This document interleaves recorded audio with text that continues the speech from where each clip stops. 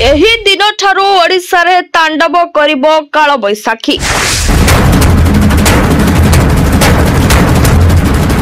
मालिका वचन सत होइबो, घरद्वार सबु माटी मिसिबो। भयभीत हुंतु नाही, सतर्क रही विपर्यय को सामना करंतु। भयंकर रूप ने माड़ी आसुछि काल बैसाखी। ओडिशा रे एसबु जिला उपरे पड़िबो बड़ प्रभाव। पाणीपाग विभाग देला सतर्क सूचना। किछि भी कहि हेबनी काल बैसाखर भयंकर रूप विषय। 11 जिले में प्रबल वर्षा बिजुली और प्रचंड घड़घड़ी हेबा नहीं अलर्ट करिछि पाणीपाग विभाग। राज्य में आहरी 4 दिन जारी रहिबो काल बैसाखी वर्षा। विभिन्न जिले में काल बैसाखी वर्षा सह भयंकर झटका पवन हेबा नहीं पूर्वानुमान करिछि भुवनेश्वर स्थित आंचलिक पाणीपाग विभाग। मालिकारे लेखा जाइतिबा प्रत्येकटी कथा हेबे सत हेउछि। देश देश भितरे अस्थिरता बढ़ुछि। प्राकृतिक विपर्यय को नेई लेखा जाइतिबा कथा हेबे सत्य हेबाकु जाउछि। ओडिसार जनसाधारण यहा सामना करबाकु जाउछन्ति।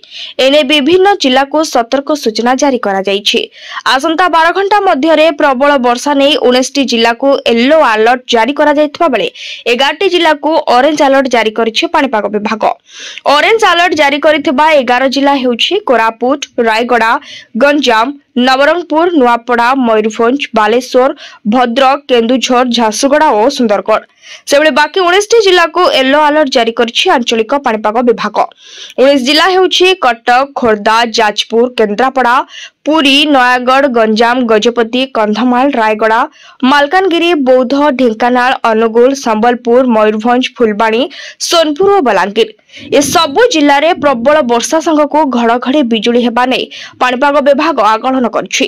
किछि स्थान रे झटका पवन हेबार संभावना रहिछि। काल बैसाखी बेले पवनर बेग मध्य अधिक रहिबो।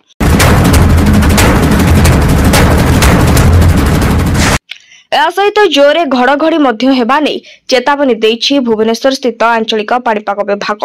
काल बैसाखी बेले पवनर बेग 60 रु 70 किमी रहिबा नै पूर्वानुमान करिछि पाणीपाग विभाग। किछि स्थान रे झटका पवनर बेग मध्य अधिक रहिपारे।